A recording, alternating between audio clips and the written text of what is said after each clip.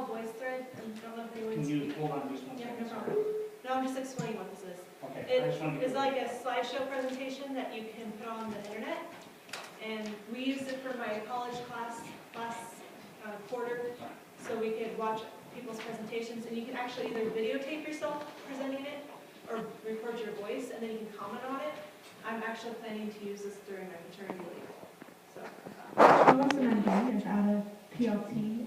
It is poetry.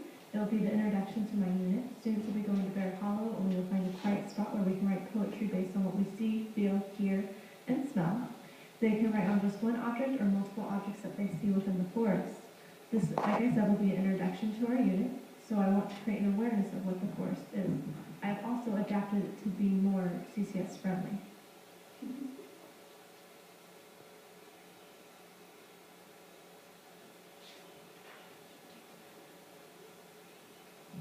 The CCS connection that I am using is two language art standards. Using knowledge of language when writing, and the subcategory that I'm using is choosing words and phrases to convey ideas precisely.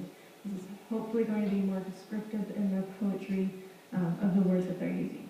Another one that connects to it that I will also be using is acquire and use accurate, grade, appropriate, specific words, including those that signal precise action, emotion, and stated meaning. I'm hoping that when they're observing, they can make me feel that I'm there inside their poem that they are creating.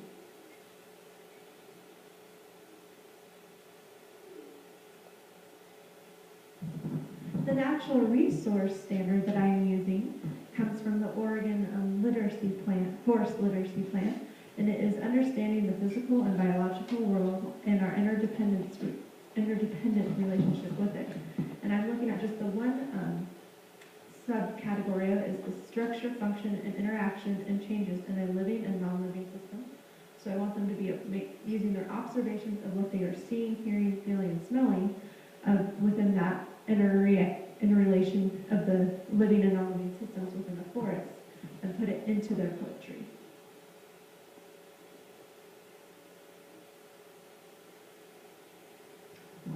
The way this has been enhanced due to CCSS is it has allowed me to, instead of just giving them what the lesson says of just looking at a tree, is I'm going to open it up to let them either choose a tree, an animal, a plant, or multiple of those things put together. So it'll be more open-ended for them in their observations and in their forest awareness activity.